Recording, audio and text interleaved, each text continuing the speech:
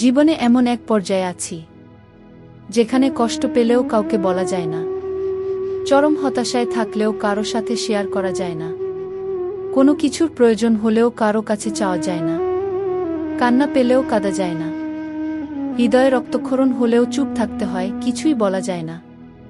মনে এক শূন্যতায় ভাসে, অথচ সে শূন্যতার ওজন অসহনীয়। দুঃখগুলো পাহাড়ের মতো ভারী, কিন্তু বহন করতে হয় নিঃশব্দে।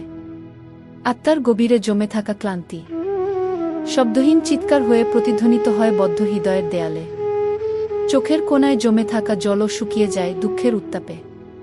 নিজেকে নিজের ভেতরেই লুকিয়ে রাখতে হয়।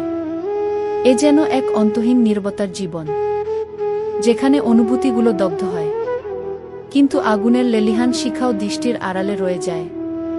কিছু বলার থাকে, অথচ বলা যায় না। কিছু বোঝানোর থাকে, অথচ বোঝানো যায় না।